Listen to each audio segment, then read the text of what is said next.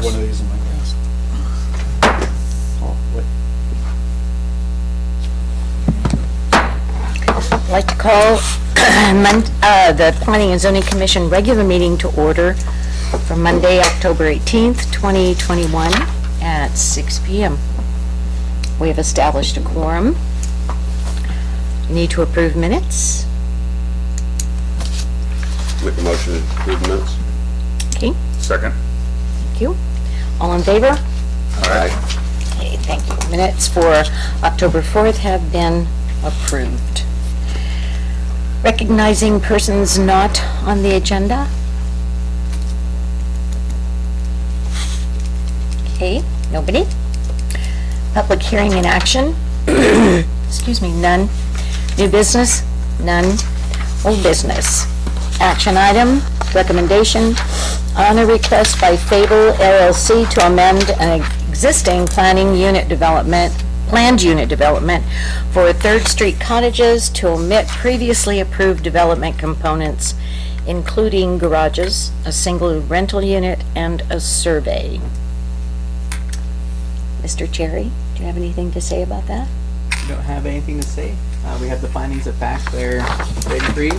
So if it meets the discussion that had taken place at the prior meeting, then I would recommend going forward and passing the findings of fact off to the city council for final decision. Okay. Are there any questions in the commission? No? Okay, do I have a motion?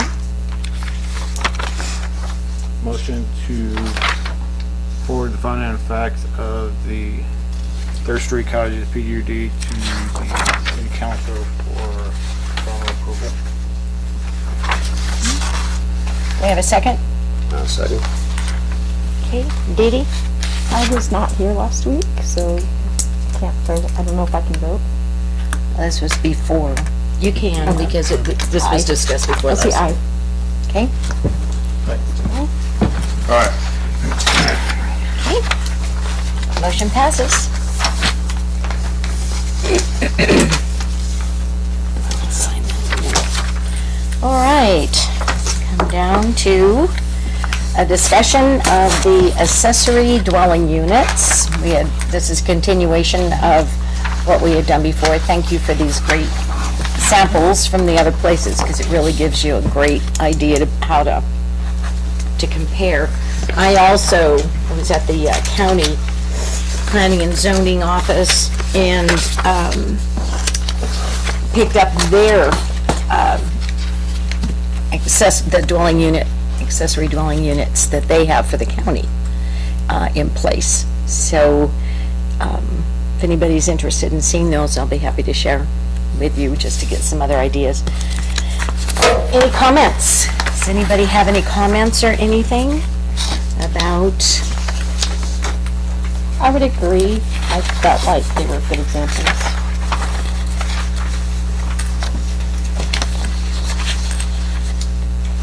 I would like to ask a question of Brock, if I may.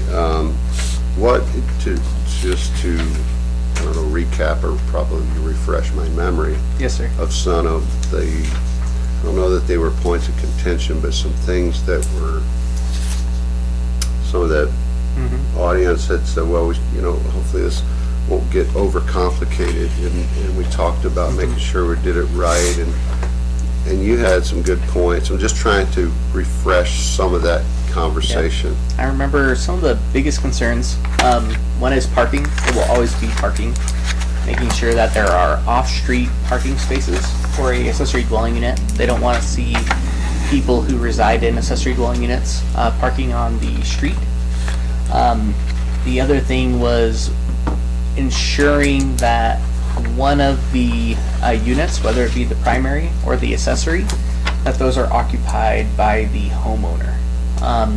As far as enforcement, that's something we are able to do with tax records, so I can control that. There was some discussion on whether or not will we allow accessory dwelling units to be short-term rentals. That one's a little bit more difficult as far as the enforcement.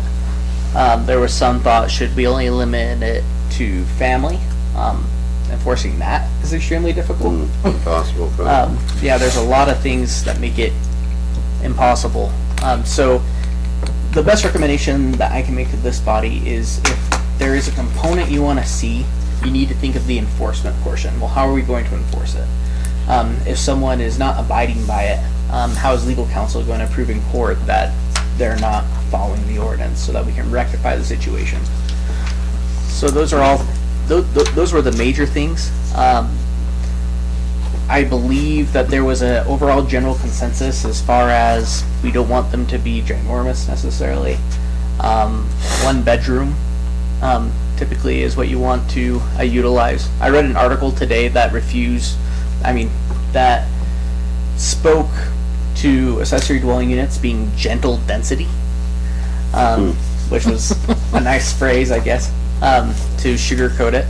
But really, gentle density should be very incremental. So I would think that really these units are intended for 1 person or maybe a couple. I don't think you want to allow for any more people to be there if you're going to be implementing gentle density. That's probably something that I would recommend. But then again, there's nothing. I don't want to police how many people are going in and out. So that's why if we build it in such a way where it is uncomfortable for a certain number to live there, I think that's the best way. So that's where having a maximum square footage is very important.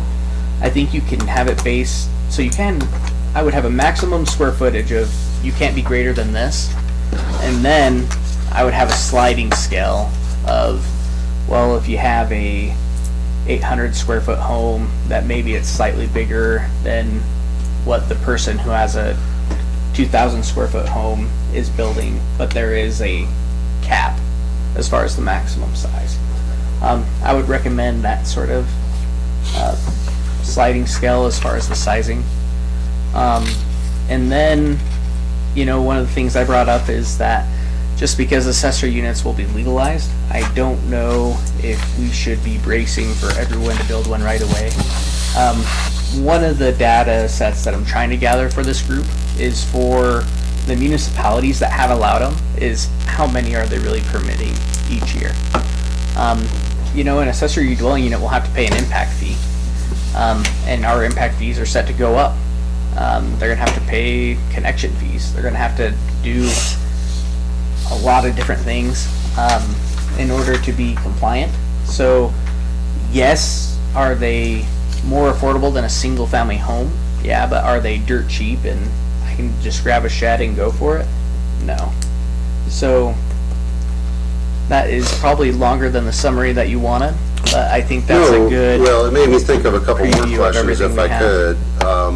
The utilities, did we talk about that? Is that going to be one, it's going to be a separate utility bill? So it can be separate.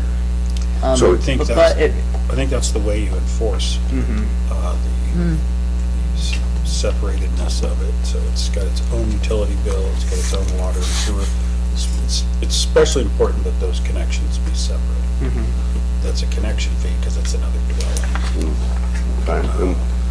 What about the legal side of, just spitballing here, if we wanted to entertain it? I don't think we should, in my opinion, but I mean, if I buy another home in town right now, I can rent mine. There's no rule against that. Why would we want to entertain, I'm not saying we are, but do we open ourselves up to a legal battle potentially if we tried to prohibit them being rentals?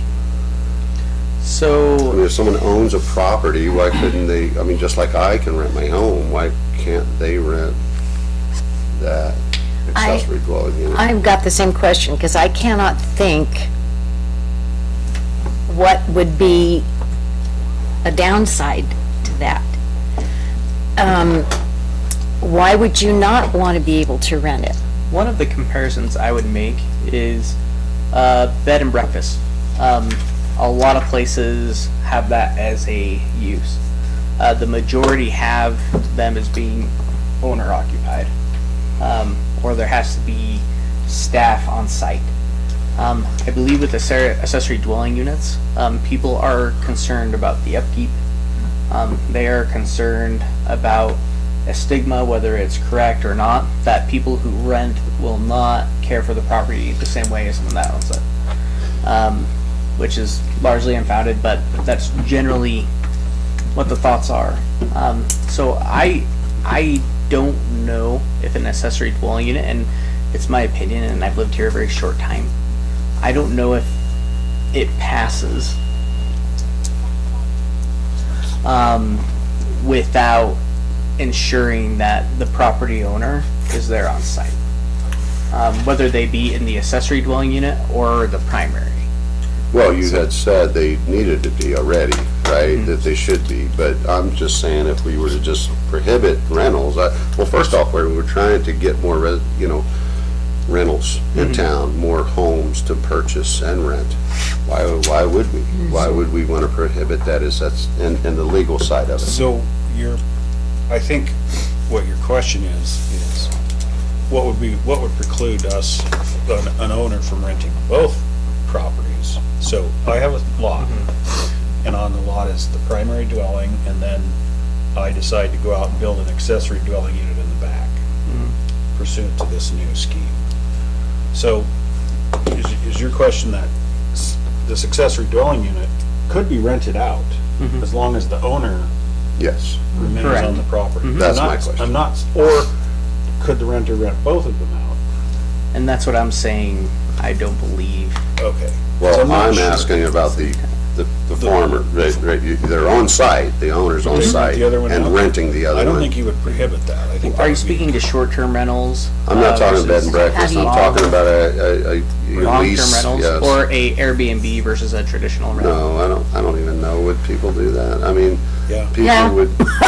Yeah, because- Weekends, Yeah, they really? do a lot. Oh, yeah. And a lot of the backyard dwellings in the north end in Boise are rented that way. And Yep.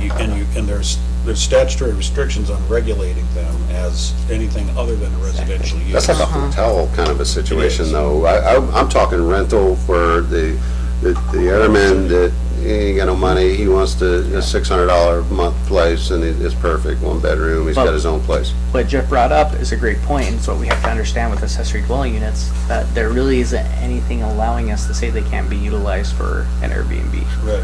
Wouldn't that be more, well, I guess they're both businesses, aren't they? The thing Technically, that's, because I, they're renting They're it. kind of businesses, but the anomaly with the short-term rental statute is they stepped in and said, you shall call that residential. You don't get to really? decide whether it's some other category in the land use table, which is a Home weird occupation.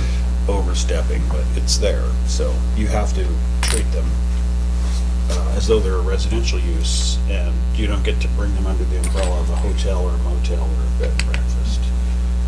Is essentially what that statute reads. And so along the lines of what you're saying, it would allow, with an accessory dwelling unit, you would allow both the long-term rental and short-term rentals of that accessory dwelling unit, as long as the landowner was on site. You need to go put something out. You're supposed to be I'm good. good. Okay. I'm community development director first, firefighter second. Okay. Right? Billy, Mr. Chairman, I did some research on this, kind of coinciding with some classes I'm taking. I looked at the Journal of American Planning Association, so I'm gonna get nerdy here for a second. And the journal was Planning and Development Challenging in Western Gateway Communities. So believe it or not, we were considered a gateway community because we were by a landmass, a hunting, fishing, natural attraction. So the thing that came up was accessory units, and out of 25 communities, 38% of them allowed accessory units. And some of the struggles they was talking about with the VRBO, would they allow and would they not allow it? There's no empirical data, like you said, on going down the road, but out of the data that was found, that most are doing the same thing we're doing. We're having problems with congestion, population, housing being number one. And they see it as a good solution. Majority of the cities that was polled thought the accessory dwellings was a good solution. It's just, like you said, the legality though, but how do we, What was the date of that study? it was actually, 'Cause it's only been a few years and we're in a it crisis has- now. give me one second. I mean, people can't afford a place Yes, to you freaking rent. absolutely right. Done, this year, let me see, August 27th, 2020, less than a year ago. 2020? So, and what I found interesting about it, because everyone is, you think about the Moab and you think about the bigger cities, but then some of the data points was in Idaho and it followed Snake River, pretty much like we are at. And they're having the same issues of everyone's escaping the west or coming out to the west to get to the small town and so on. And how do we deal with the population growth and how we deal with the housing because of gentrification, because we're moving people out because people can't afford. And this, I'm just giving a different view of Right, it. no, I mean, it's Accessory all units, information that we need. Accessory units, from what I'm seeing, and with the other data that we got, is a good solution. It's just the management of it, because, like I just got back from Pullman today, and I love to have a VRBO because hotel rates are ridiculous, and that's how they're making money off of that. It's just how do we manage it, and it's just not that far into the study yet to, Well, I'm pretty sure your bed and breakfast isn't gonna be a whole lot cheaper. no. But, just my 2 cents in reading all this, I think we would be doing a disservice. I'm surprised that this isn't already a thing, because there's a need for it. And I don't know, maybe we just gotta roll the dice on those rentals, because there's a need. There's people that can't afford it.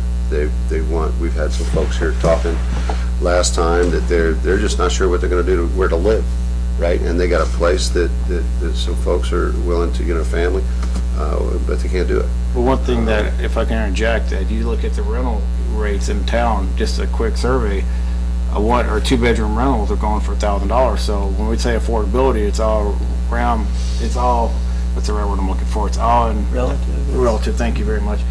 Because what we may find, what you may find affordable, someone else may not, and it feels like we are solving that problem, but it's the sliding scale is going to go up because as house prices go up, the accessory units will probably.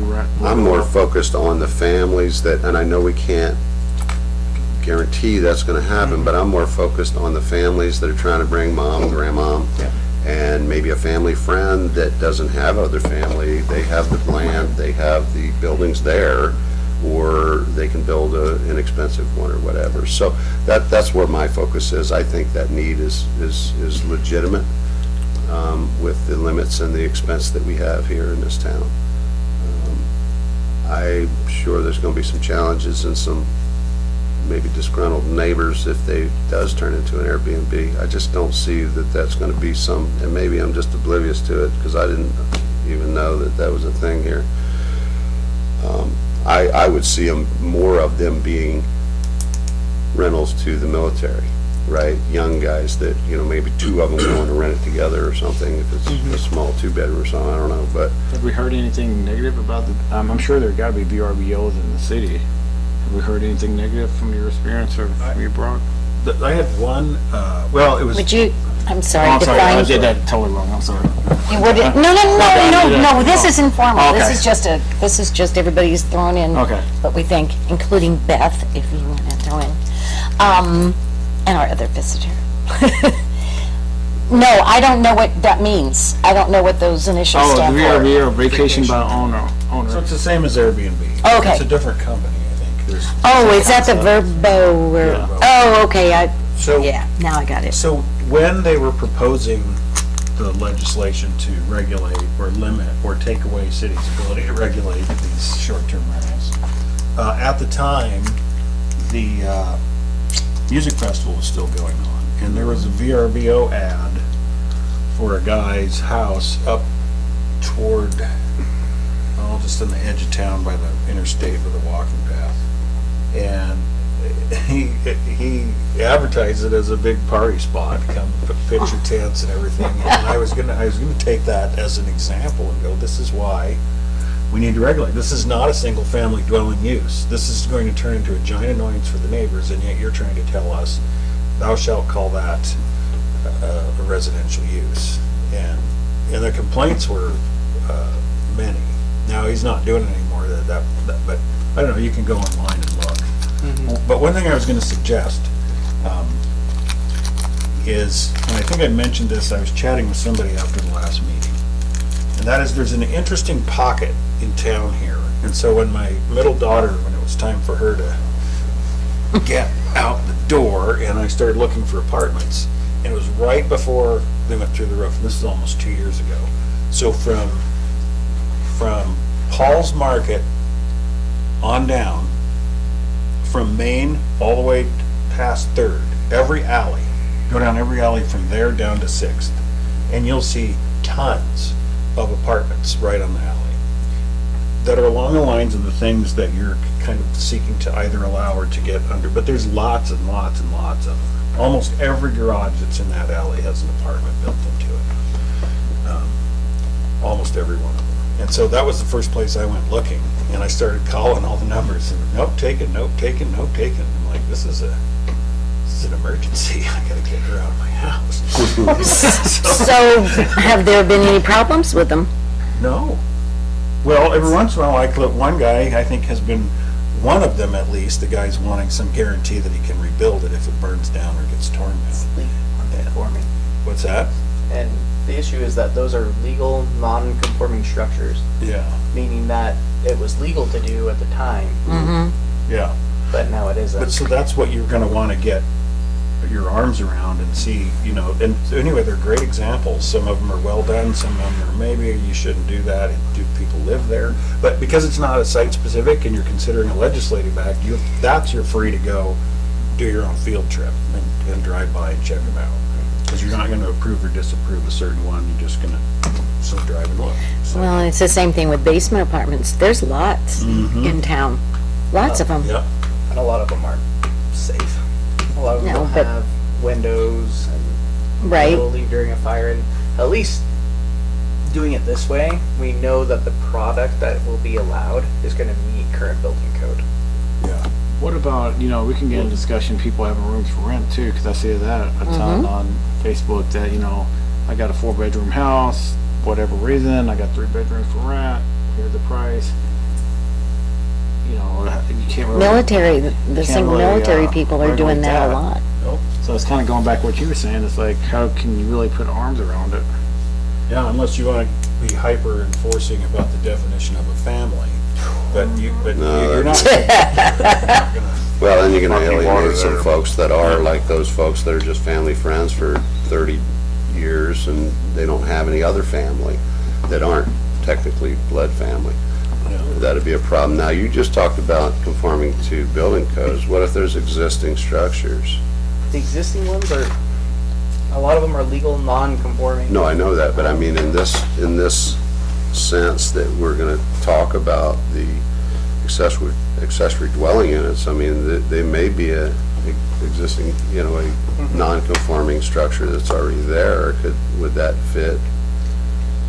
It would be on a case-by-case basis, so it may fit the definition that that's an accessory dwelling unit, but it may not meet the property development standards that I recommend having for For accessory size dwelling or. units. It may not meet the size regs, it may not provide parking, Would they be it able may not to, meet setbacks. would they be able to modify if it's not a setback situation where you have to move the whole structure? I mean, would they be able to modify it to meet the standard? If there's an Would you accessory? consider Grandfather. grandfathered in at that point, though? It's grandfathered in, but there are certain rules, just like Jeff said, like if it was to burn down, whether or not they'd be able to build it. If they wanted to add on to it, they would have to come in for a conditional use permit. Isn't it already law if a building that's built so many years ago doesn't conform to building code, it has to be rebuilt conforming to building code, right? If you rebuild a burned down building, that's complying with the building code, but in terms of the zoning code, it depends. It depends. I'm glad that you mentioned the military, though. I kind of wish I would have invited the Tim Farmer. He does the housing down at the base, and we had a meeting not so long ago where they were speaking about the housing dilemma. And when it came to short-term rentals, having a place just to put people for a couple of weeks, that's one of the biggest struggles that our current base has right now with their lack of housing is they had people who are waiting lists to get into a more permanent situation, that can be 2, 3 weeks, 3 months, and they don't have a place to put those people. So I think as far as the short-term rentals, like, yes, when we think of Airbnbs, it's like, that's not our favorite thing, but when we think of providing something in the middle for our service men and women, it could be, for a lot of people, a huge relief. Well, we'll have more of these meetings on this, won't we? Maybe we'll have another opportunity to do that. Yeah. What we can do, though, is I gave you a draft of an accessory dwelling unit ordinance. Do you want me to take some of what we have spoken about during these discussions and kind of modify it to what we've spoken about, to have something that is a little bit more polished as we continue to have these discussions? Absolutely. helpful. I think we should polish it each time. I'd be really curious Yeah. to see how they quantify the amount of space being used on the land. So if you see it, they're pretty broad. Some say 90% and no Yeah, some more, 20. or whichever's less than 650, Did you you know, send me square one of those? feet. I'd be interested to see how I'll send you one. how they push these up and how this is figured out. 'Cause if you're talking 650 square feet on 4 acres, that's pretty tiny. And I understand that's what the point of this is, but if we're also talking 2 people per apartment, 650 square feet, like, people are gonna wanna kill each other, Yeah, you know? you're right. So, just to more of a broad range, because I understand, I've been to Sandpoint, I've been to Portland, I'll be honest with you, I've stayed in Airbnb almost every single time in every single one of these places, and they're typically pretty large, 1,050 square feet, kitchen, backyard, place for a fire, something like that. It's, not saying larger is the name of the game here. What I'm saying is how do they fit this in? And how do we, 90% of whatever the square footage is? Yes. Mostly out of That's something I curiosity, think we because they're pretty broad between 3 different cities here. Travis, I have this is what I've been doing, is investigating just on my own property, that big property. And so I've been online just kind of getting 900 to 1,000 square foot samples. And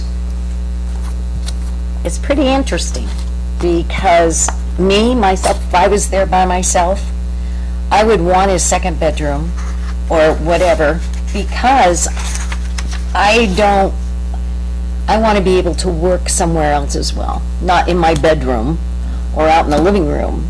And I would expect to have guests. I mean, people like my brother and, coming to stay and stuff. And if you're putting it down to 1 bedroom, I think the idea of the 1 bedroom is a great idea. I think there's a percentage that can be pushed out for these, we call them studio apartments, but there's also an idea that perhaps a family of 2, a husband and a wife, or, however you quantify your relationship, can stay in the same home without being in the same room all the time. I agree with Nancy, because I just came from my son's 1 bedroom, and it's nice, but it was only there for a weekend, and I can imagine, it gets small pretty quick, and if you're young, single, For sure. I would think I think he needs another, even old single. yeah, just to have the space, like you said. I think realistically, people would, especially from a rent basis, you're gonna get more out of 2 than you would 1, and more flexibility with it. And this falls under the same rental idea. If you're looking at an Airbnb, or let's just say a rental in Boise, a single bedroom studio, you're looking at $1,100 right now. Yeah. So that's, that's I saw- unobtainable for, I'm not gonna say everyone, but let's say the better part of the population. The demographic we're trying to hit here. And the research I've been doing through my schoolwork is just like everything is, I saw Mount Home went 130% of rentals and prices in the last decade. Yeah. I can quote this reference if you want it, but I don't have it on me. But it's just like, it's moving, and it's like, where does it stop? And I think this might be a fill gap, but will this fill gap be the next thing? Okay, now the accessory units are so high that our intention was to do, like you said, to meet family members and such, but then it turns into rentals, and it's no more different than apartments. Yeah. That's not for us to say. I that's just guess something- either way you look at it, the monster has to be fed. Yeah, So, yeah. Beth and I are friends, and Beth is, in a trailer on your Yeah. son's, I'm living in a 200 square foot trailer, so a 500 square foot home for me would be wonderful. so you would, so a one bedroom would suit you fine? Not the one that I'm looking at, but I have different reasons than what some of these people, I'm looking at a 500 square foot. I already have a floor plan, everything. But it's not because and it fits perfectly on my kid's property. I just don't want to spend $250,000 on a house right now because there's other things I want to do. Right. You don't mind me asking, how large is the property? It's almost half acre. Okay. And so they could go with 800 square foot, but I don't really want to pay that kind of money. And And at this it will just point- take up too much of their property. The classic mother-in-law style type home, and I think that's where, at least where my focus is, because you'll have double the size that you're in right now, but you also have your family's home right there that you're gonna be in there Exactly. visiting with them in And the that's the dining only reason room I and can so live forth. in that trailer right now is for the same Right. reason. I don't think it should be required It's like a to hotel be room. the 1,000 square foot or the 2 bedroom, but I think there's a place for that. Yeah, I think, that's Right. why I'm saying my needs are different than kind of what you. That's why I guess the maximum number is the part that's the Yes. huge question mark, because 1,000 square feet is a lot. I mean, if you're looking at a house, that's a large house. My wife and I lived in a 550 square foot apartment during graduate school. I think it's gonna be. Oh. It was our favorite place. Really? Yeah, it was, but I'm a weirdo. That's what happened. Well, I was gonna say that, and I'm glad you said it. A lot of city stuff is that way, isn't it? Right, you have your nice balcony, and then you got your big community areas outside and so forth. We're kind of going on what you were saying, man. We were just kind of crunching some numbers, and I've been seeing, looking at properties, and 233 the highest, and about 220 lowest. Some of the, what they at least got out there, and just rough numbers, it'd be 115 to 150,000 dollars just to build. A little one. Yeah, and I looked to get a shop built on mine, just a 40 by 40, and they wanted $80,000, and that's just a pole barn with the metal on it. I know, So, I looked at it's like- there's a company in Meridian that puts together, and they're not trailers. It's Like a- modular home. It's a lot, yeah, it's a prefab home, and it's built on your property, and for a 500 square foot, they want 90,000, but then they tell you to add another 25,000. For concrete.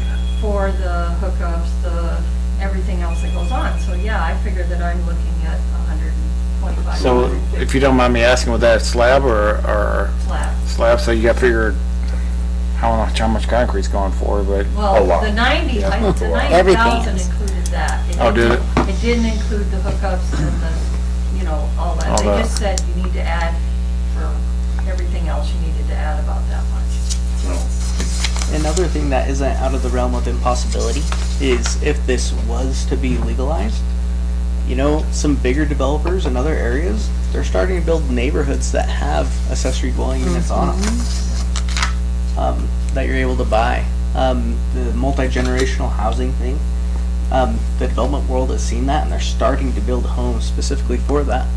So that's something that we could potentially see as well, is not people only adding accessory dwelling units, but a subdivision coming in and saying, we want to have some of our homes built with a accessory dwelling unit already in place. Which almost is a little bit better, because then you know exactly what the neighborhood and what you're buying into, and it's a little bit easier. And I would remind people that people could do that right now if they wanted with our planned unit development Yeah, they could. policy that we have, so. what we just, sorry, I'm just kind of spitballing. So if you had 2 units on one property, the legal description would be all one property, or it'd be 2 separate entities? One, Okay, so they couldn't it can't be separate. subdivide, okay. But separate connections, correct? They both have to have separate connections.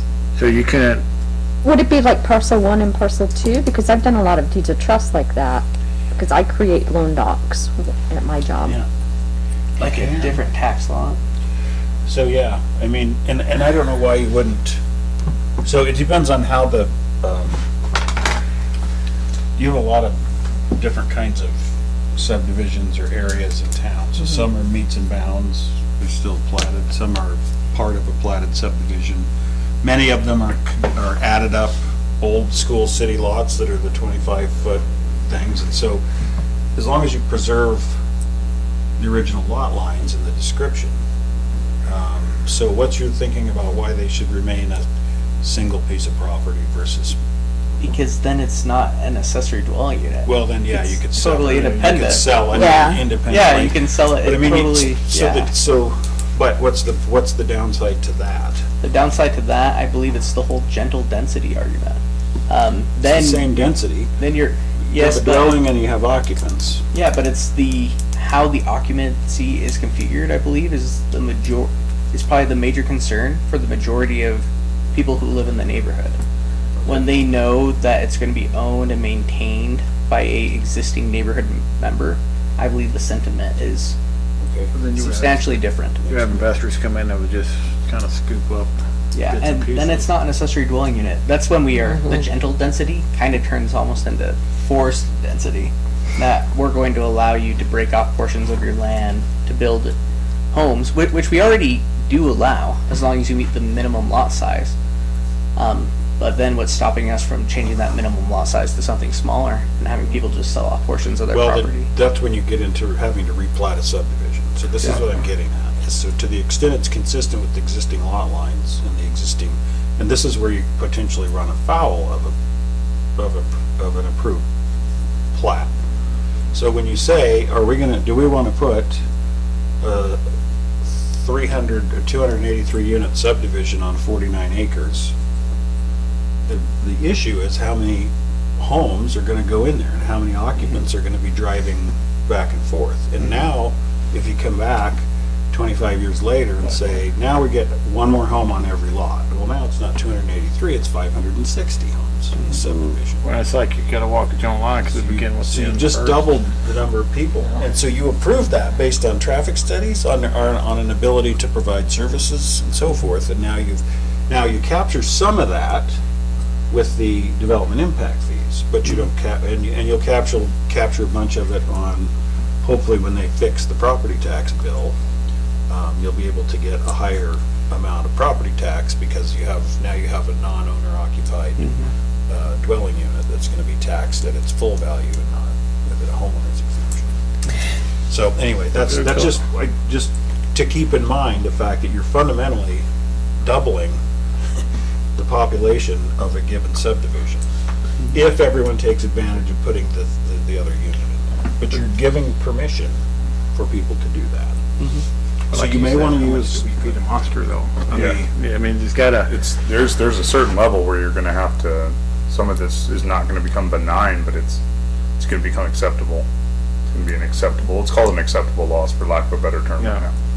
well, I think the control, like what you're talking about, where it's not going to be severed, so it's not fundamentally, it's still doubling the population arguably. Arguably, but I believe in every study that's been done on accessory dwelling units, they've never seen that. Right. In theory, yes, but in practice, I don't Right. believe there's one community who's allowed it that has seen No, they won't. a doubling. I was gonna ask if, I know you haven't been here that long, but maybe Brenda might recall, or somebody, maybe even Nancy or somebody else, but how often does this come up that we don't allow this? How often are folks at city council It's asking? never. Excuse me? We've never talked about, this I is don't the mind- I first mean time we've us. I ever. don't mean us, I mean, How often do we have people speak to us? like you said, I don't see this mad rush to build accessory dwelling units on all these different neighborhoods. I'm kind of trying to get a feel for, and I truly think, this is still, to me, is, even with the growth we've had in recent years, still very small hometown kind of place. I think a lot of folks are, and I know we may roll the dice a little bit here on the rental thing, but I think you're gonna have GIs and you're gonna have mother-in-laws and grandmas. That's what you're gonna have, and I mean, I think we need it because neither of those groups, none of those groups, I say none of them, some are wealthy perhaps, but I think we're in a situation where folks have a need, they have the property, they have the means, the funds to put that there and let grandma live there, or grandpa, or the brother. Friend. Whatever, friend. And the two GIs, I think we should look at this in my personal opinion, this should already be allowed, with all the kinks worked out as best we can, but keep it as simple as possible so people can do it, right, without some major roadblocks. I guess that's your job. And to try to figure out how maybe we can prevent a mass Airbnb situation, which like, apparently we haven't had a whole lot of call for in, several years. Not a lot of people at city council saying, look, I got this building, I want my mother to live there, I can't do it, or I want to build a building and You gotta look at it. I've been here since 1999 on the commission. And it's never come up. So, So I just don't think we're gonna have a big problem can I ask this question? allowing it. It's all Beth's fault. Maybe this is not the right thing to ask, but I'm gonna ask it. We put in the burden of, we're talking about the military, we're talking about the military, we're talking about military. What are the military doing to solve the problem out on base? Are they building anything to solve some of this problem? Because you can't put it on the local economy and say, and I'm going out on, so if No, I sound you're fine. It's- you can't say, okay, build. Then you talk to any airmen, most of them want to live in Boise. Right. They do. I mean, I'm just, kind of stereotyping there. But it's like, you can't come here and say, okay, we got to build and ruin what you just said, small town of our community, the traffic, the congestionness, everything that kind of makes mountain home, without them taking some ownership on themselves to say, okay, if we build in 25 units, can you build 25 or something? I'm just kind of spitballing. Maybe that's a conversation we should have. I don't think that the base is necessarily, maybe you guys have had different conversations. I don't think they're hollering. But what are they doing I know to they're solve their saying own there's a problem? need. We already know there's a need. Well, it's not this base. You're talking Washington DC. You're talking, The reason I bring it up is Oh, no, because the I- military is such a presence. Oh, no, I totally right? get it. It's a I'm large portion of our I'm community. playing devil advocate as well, because you Right. can't sit there and say, okay, Mark, we have to do it ourselves. If the military, what are they doing to, like the short-term rentals, are they putting up any new TLFs or temporary lodging units or anything to that effect? Because anything we build, say today, it gets approved and everything goes through, it's gonna be 4 to 5 years. One, you know know, as well as I do, but that's it'll not- take that's- 20 years for them to get the But funds that's- to if do it's that something such they of a- decide they want to do today. But if that's the need they need, they need to do the same thing they do enough, advocating to Brock, saying, okay, we want this, we want this, we want this. What, I'm just saying, we can't just put everything on us to say, okay, we're gonna dissect the city of Mount Home to put all the accessory units in there or anything else I don't to think meet our a focus- short-term I don't need think that, that's our focus, though. I'm just Yeah. devil advocate. That's I'm asking from a different kind of mindset on that. I mean, I agree. I totally agree with what you're saying. I'm not disagreeing with you one I bit. It's understand. I just think it's a piece of the equation that needs to be yeah, considered. because if it was that strong, what are they doing locally to help solve some of their problems without? Because we can't do it all. We can't bring developers and say, okay, we can only guarantee X amount of dollars on X amount of rent, because it's going to take some ROI and long-term investments for this to attract the right people.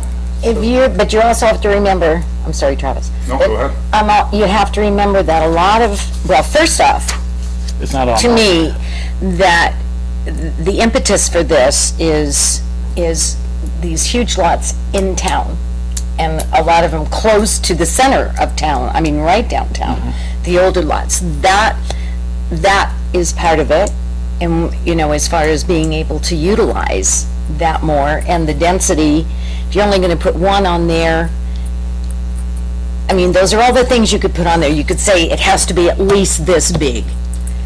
A half an acre, a third of an acre. It has to be at least this big, which is gonna limit a lot of the lots. I We mean, you just just had- wouldn't be able to do it. But the other thing you have to remember too is, Mountain Home is either gonna grow or decline. There is no status quo. It doesn't exist. You can't say that everything is gonna be the same. It won't. It'll either decline or it will grow. That's just the way it is. To keep the feeling, that's another, the small town feeling and all that kind of stuff, that has to be manufactured. But You have to make sure that it's doing that. But this is what I'm saying. If it declines, it'll take care of itself. I mean, there just won't be Yeah. anybody here. if it grows, then forget the base. We have to have a place for people who are going to be coming in to work new jobs, because it's growing. You don't grow unless you've got jobs and, things to do. So if you don't have the manufacturing, that's the whole reason, if you really want to be on a very interesting committee, is with the joint committee with Econ Development and Chamber of Commerce, which is Education Workforce. That is where the rubber meets the road, in a sense. The whole reason that committee was set up, probably 8 years ago, was to answer this catch-22. Okay, we need to be able to keep our kids, our graduates, our people here in town. Well, they can't stay here in town because there are no jobs. Well, we can't have any new jobs and attract manufacturing or anything else because there's no workforce.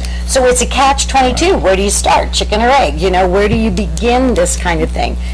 Well, And how many times have we have companies, I mean, just recently, let's just say in the last 2 years, love Mountain Home, would love to come here, no place for their employees.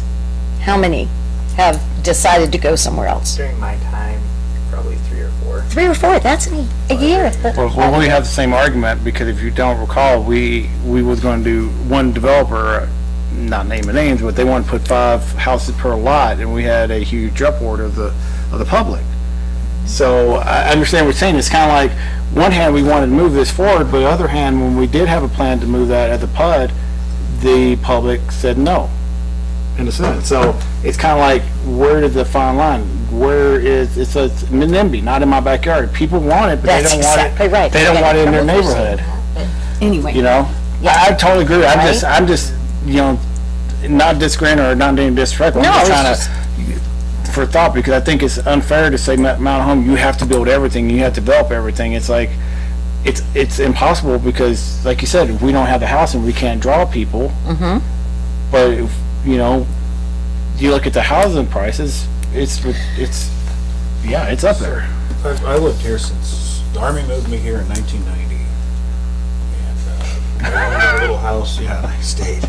That's not my Army. I was here in 94. So, there were plenty of rental houses available then, and then it's gone up and down, and I could buy, let's say I bought a little house on 10th for $5,000 and rehabbed it. Yeah, sold it for 32. But anyway, I think the idea that we're behind on keeping up with housing, this addresses that issue. It doesn't necessarily put the onus completely on the city, but I think that's a very good point. There's an organization out there that has a lot of money and a lot of space and the ability to build all the houses and put people up where they need to. But also, though, when you're talking, I just can't help.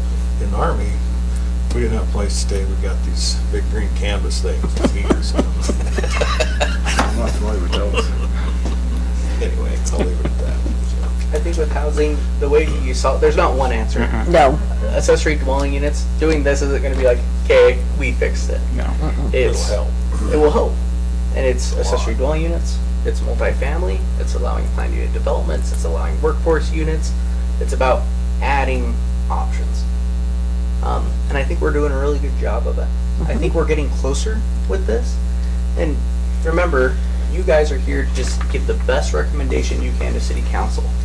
If the best you can do is give them a range of what you think it is, it's going to be appreciated.